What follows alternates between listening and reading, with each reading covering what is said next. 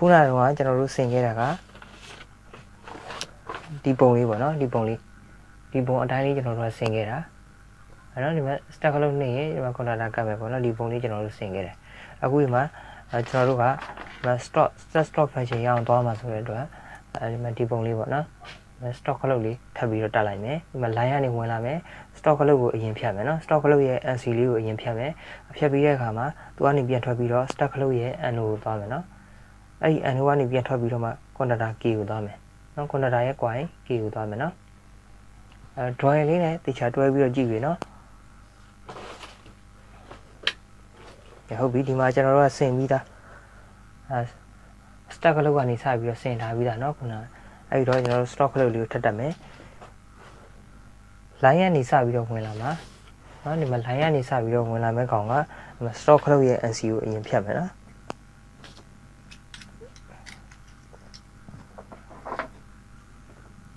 ကဲ NC stock ခလုတ်မှာကဒီမှာ NC ဆိုတော့17နဲ့12နဲ့ပေါ့နော်17နဲ့12နဲ့ဆုံးတဲ့ကောင်က1နဲ့2နဲ့ဆုံးတဲ့ကောင်ကဒါ NC เนาะ3နဲ့4နဲ့ဆုံးတဲ့ကောင်က NO ဟုတ်တယ်နော်အဲ့တော့ကျွန်တော်1နဲ့2နဲ့ဆုံးတဲ့ကောင်ကိုယူရေးလိုက်မယ်ကျွန်တော် NC 3မှာဆိုတဲ့အတွက်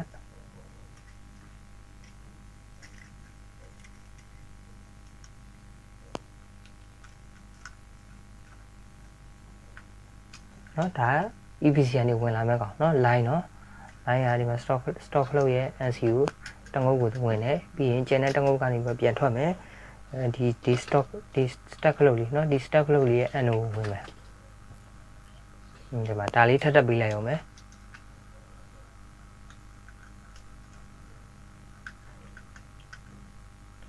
ဟုတ်ပြီနော် line ဝင်မယ်ပြန်ထွက်မယ်ပြီးတဲ့အခါမှာ stack လောက်ရဲ့ NO ဝင်တယ်ပြီးရင် NO ကနေပြန်ထွက်တယ် magnetic connector ရဲ့ coil အောင်သွားတယ်နော်ပြီးရင် magnetic connector ရဲ့တခြား coil တစ်စားနေပြီးတော့မှ neutral ပေးမယ်ဟုတ်ပြီနော်ဒါဆိုရင်ဒါက line ဒါက neutral ကျွန်တော်တို့ထိုးကြည့်မယ်နော် plus ထိုးကြည့်မယ်ဒီဘက်က neutral ဒီဘက်ကဒီမှာမီလင်းတယ်နော်မီလင်းတဲ့ဘက်က line ပေါ့အဲ့တော့ line ကို line ဘက်မှာပဲထိုး neutral ကို neutral ဘက်မှာပဲထိုးနော် line နဲ့ neutral ပြောင်းပြန်ပေးလိုက်တဲ့အခါကျလို့ရှိရင်ဘာဖြစ်သွားမလဲဆိုတော့ဒီ control တွေဆိုတာက on off တွေပေါ့နော်ဒီ on off switch တွေကိုသုံးပြီးတော့ကျွန်တော်တို့ကဒီ control လုပ်တဲ့အခါမှာဒီ magnetic connector ကို line မရအောင်ဖြတ်ပေးရမှာနော် line မရအောင်ဖြတ်ပေးရမှာအဲ့ဒီဘက်မှာသွားပြီးတော့ neutral ကြီးဆက်ထားတယ်ပေါ့နော် neutral ကြီးဆက်ထားတယ်ဆိုလို့ရှိရင်ကျွန်တော်တို့က neutral ကိုပဲဖြတ်ပေးသလိုဖြစ်နေမှာနော်အဲ့တော့ connector ကိုကြတော့တခြားတစ်ဖက်မှာကျန်တဲ့တစချိတ်ရမှာဆိုတဲ့အတွက်အခု neutral ကိုသုံးထားရင်ကျွန်တော်တို့က line ကိုပဲတိုက်ရိုက်ပေးရတော့မှာနော် line ကိုတိုက်ရိုက်ပေးရမှာဆိုတော့ဒီ connector ကြီးကneutral မရောက်တဲ့အတွက်အလုံးမလုပ်ဘူးမှန်တယ်ဒါပေမဲ့ဒီ line ကတိုက်ရိုက်ရောက်နေတာဖြစ်တဲ့အတွက်ကျွန်တော်တို့ကတခုသွားကင်မိတာမျိုးတို့နော်တခုဆိုလို့ရှိရင်အနေရှိတာပေါ့နော်ဒီမှာ line ကရောက်နေတဲ့အတွက်ကျွန်တော်တို့တက်လိုက်နိုင်တယ်နော်တခြား error တွေလည်းရှိနိုင်တာပေါ့နော်မီးတိုက်ရိုက်ဝင်နေတာဖြစ်တဲ့အတွက်အားကြောင့်မလို့ကျွန်တော်တို့ကဒီ line ကို control ဘက်မှာပဲခံတယ်နော် control ဆိုတာကဒီ switch တွေ sensor တွေနော်တုံးပြီးတော့မှဖြတ်တောက်ပေးမဲ့ဟာပေါ့နော်ဒီ magnetic connector တို့ relay တို့သွားမဲ့လမ်းကြောင်းကိုဖြတ်တောက်ပေးမဲ့ဟာကောင်းတွေကိုဟိုပါပေါ့အဝင်ဘက်လို့ခေါ်တာပေါ့နော်ကဲဟုတ်ပြီအဲ့ဒီတော့ဒီမှာကျွန်တော်တို့ကဒီမှာဆင်ထားတယ်နော်ဒီမှာခုနပြောတဲ့အတိုင်းလေးဆင်ထားတယ်ဒီပုံလေးအတိုင်းလေးဆင်ထားတယ်အဲ့တော့ stack လို့နှိမ့်ရင်ဒီမှာ connector ကောက်ပါတယ်နော်ဟုတ်တယ်နော်ဒီမှာ stack လို့နှိမ့်ရင် connector ကောက်ပါတယ်တွေ့လိုက်လား stack လို့နှိမ့်ရင် connector ကောက်ပါတယ်ဒါခုနအတိုင်းပဲဘာမှမထူးဆန်းဘူးနော်ဒါမှပြန်လှုပ်လိုက်လို့ရှိရင်ဒီကောင်ပြန်တောက်သွားတယ်နော်တောက်သွားတယ်အဲဒီဒီမှာဒီကောင်နှိပ်ထားကြည့်လိုက်မယ်နှိပ်ထားပြီးတော့ဒီမှာ stock လို့ကိုကျွန်တော်ပြန်နှိပ်ကြည့်မယ်ထပ်နှိပ်ကြည့်မယ်နော် stock လို့နှိပ်လိုက်ရင်ပြန်တောက်သွားမယ်နော်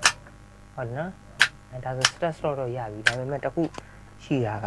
ကျွန်တော်တို့ကဒီမှာအခုဒီကောင်ပေါ့နော်ဒီကောင်ဆိုလို့ရှိရင်ဒီမှာstack ကိုနှိပ်လိုက်တော့မှဒီကောင်က ကတ်နေပြီးတော့ပြန်လွှတ်လိုက်ရင်ပြန်ကွာသွားတယ်နော်ဒါဆိုလို့ရှိရင်ကျွန်တော်တို့က start software ရှင်မရသေးဘူးနော်ကျွန်တော်တို့ဒီကောင်ကို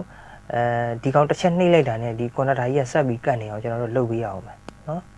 အဲ့လိုလုပ်ပေးတာကိုဒါ latching system လို့ခေါ်တယ်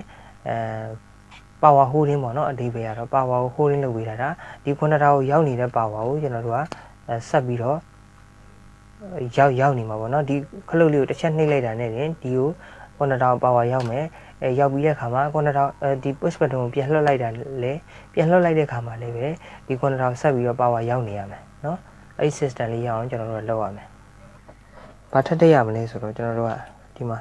power holding လုပ်မဲ့ contact ကလေးကိုထပ်ထည့်ရမယ်ဘယ်လို holding လုပ်မလဲဆိုတော့ဒီမှာ contactor เนาะကျွန်တော်တို့က contactor ရဲ့ coil ဝင်ထားတာအဲ့တော့ကျွန်တော်တို့ကဒီမှာ contactor ကတ်သွားလို့ရှိရင်သူ့ရဲ့ contact ကလေးတွေကဒီ contactor ရဲ့သူ့ရဲ့ contact ကလေးတွေကလည်းကတ်သွားမှာပဲလीเนาะကတ်သွားမယ်ဆိုတော့ဒါသူ့ရဲ့ anode ကိုသုံးလိုက်တယ်เนาะဒီ contactor ရဲ့ anode contact ကိုသုံးလိုက်တယ်သုံးပြီးတဲ့အခါမှာဒီ contactor ရဲ့ coil ကိုတစ်ခါထပ်ပြီးတော့ power ရောက်နေအောင်လို့ကျွန်တော်တို့လုပ်ပေးလိုက်တယ်เนาะဒီလိုလေးလုပ်ပေးလိုက်တယ်အဲ့ဒီခါမှာဒီမှာ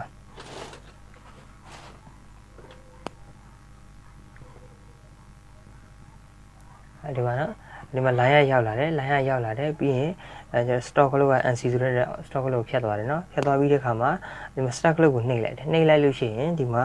connector key ကို power ရောက်မယ် connector key ရဲ့ coil ကို power ရောက်မယ် connector ဆက်ပြီးတော့ connector key ကို power ရောက်တယ်နဲ့ဒီကောင်ကတ်ပြီလေနော် connector ကတ်သွားပြီကတ်သွားလို့ရှိရင်သူ့ရဲ့ anode contact ကလည်းဒီဘက်ကိုလာပြီးတော့ထိပါပြီနော်လာထိပါပြီနော်ဒီဘက်နဲ့ဒီဘက်နဲ့ connection ဖြစ်သွားပြီဖြတ်သွားပြီဆိုတော့ဒါကဒီကနေပြီးတော့ဒီမှာ line ကဒီကောင်စတက်ကလေးကိုနှိပ်ထားတော့မယ်နော်နှိပ်ထားတော့ဆိုရင်ဒီကိုလည်းစီးနေတယ်ပြီးတဲ့ခါမှာဒီ connector ကလည်းကတ်သွားပြီဆိုတော့ဒီသူ့ရဲ့ contact ကလေးကနေလည်းပတ်ပြီးတော့စီးနေတယ်နော်ဒီကိုရောက်နေတယ်နော်အဲ့ချိန်မှာ stack ကလေးကိုပြန်လှည့်လိုက်မယ်နော်အဲ့ချိန်မှာ stack ကလေးကိုပြန်လှည့်လိုက်မယ်ပြန်လှည့်လိုက်လို့ရှိရင်ဒီ line ဟာဒီနားလေးထိတော့ရောက်မယ်ဒီဘက်ကိုဆက်မသွားတော့ဘူးနော်ဒါပေမဲ့ဒီမှာ latching ယူထားတာပေါ့နော်ဒီ latching system ကိုယူထားတယ် power holding လုပ်ထားတယ်ဆိုတော့ connector ကတ်နေမှာလीနော်ကတ်နေတယ်ဆိုတော့ဒီ connector ရဲ့ contact ကလေးကလည်းကတ်နေတာဖြစ်တဲ့အတွက်ဒီဘက်မှာရှိတဲ့ကောင်ကဒီဘက်ကိုရောက်သွားမယ်နော်ဒီမှာ line ကဒီမှာရှိတယ်နော်ဒီဘက်မှာရောက်နေတယ် line ကဒီဘက်မှာရောက်နေတယ်အဲ့ကောင်က connector လေးကကတ်နေတဲ့အတွက်ဒီကောင်ဖြတ်သွားပြီးတဲ့ခါမှာ connector ရဲ့ power ပေါ့နော် power ပေးရမယ့်ငုတ်ကိုဆက်ပြီးတော့ရောက်နေတယ်နော်အဲ့ဒီနည်းနဲ့ကျွန်တော်တို့ကဒီ power ကိုဒီ connector အတွက် power ကို holding လုပ်ပေးထားတာနော်အဲ့တော့ဒီမှာကျွန်တော်တို့ကအကုန်ဆင်ထားပြီးသားเนาะအဲ့ဒီ anode contact လေးကိုသုံးဖို့လိုနေတာเนาะ power holding လုပ်ဖို့လိုနေတာအဲ့တော့ဒီမှာဒီ connector မှာကဒီမှာ anode contact ကျွန်တော်တို့ control အတွက်သုံးရမယ့် anode contact ဘယ်နှခုရှိလဲဆိုတော့ဒီမှာเนาะဒီမှာ73နဲ့ဒီမှာ14နဲ့เนาะ73နဲ့14နဲ့ဒါပဲရှိတယ်ဟုတ်တယ်เนาะဒီမှာ73နဲ့14နဲ့ဟုတ်တယ်เนาะဒါ anode contact 3နဲ့4နဲ့ဆိုရင် anode ပဲเนาะအဲ့တော့ဒီ anode contact လေးကိုကျွန်တော်တို့ကသုံးလိုက်မယ် anode contact လေးရဲ့အဝင်မှာကျိုးတစ်ချောင်းတက်မယ်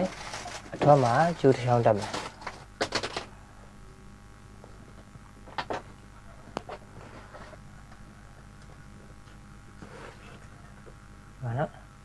ဟာနော်ဒီမှာ anode contact လေးကိုကျွန်တော်တို့ကဒီမှာအဝင်တစ်ကျိုးမှာအထွက်တစ်ကျိုးတက်လိုက်တယ်ပြီးကြရင်ဘယ်ကိုသွားမလဲဒီပုံတစ်ချက်ကြည့်လိုက်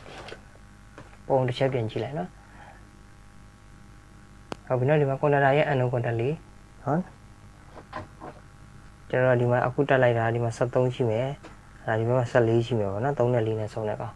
အဲ့တော့ဒီမှာ3ကိုကျွန်တော်တို့ကဘယ်ကိုသွားမှာလဲဒီ stack ခလုတ်ရဲ့အဝင်ဘက်ကိုသွားမယ်နောက်ပြီးရင်14ကိုကျတော့ stack ခလုတ်ရဲ့အထွက်ဘက်ကိုသွားမယ်နော် stack ခလုတ် anode ရဲ့အထွက်ဘက်ကိုသွားမယ်အဲ့တိုင်းလေးဆက်ကြည့်မယ်အဲ့တော့ဒီမှာ stack ခလုတ်ကပေးရတယ်ဒီကောင်ပေါ့နော် stack ခလုတ်ရဲ့ဒီမှာ anode ဘက်ချမ်းဟုတ်တယ်နော် anode ဘက်ချမ်းအဝင်မှာတကြိုအထွက်မှာတကြိုပေါ့နော်အဝင်ဆိုတာဒီမှာသူ့ကို line ရောက်လာမဲ့ကောင်နော် line ရောက်လာမဲ့ကောင်အဝင်လို့ခေါ်တာပြီးရင်သူကနေပြန်ထွက်မဲ့ကောင်ပြန်ထွက်ပြီးတော့ဒီ connector ရဲ့ coil တွေပါတွေကိုအဲ့လို output device တွေစီကိုသွားမဲ့ကောင်ကိုကျွန်တော်ကအထွက်လို့သုံးလိုက်တယ်နော်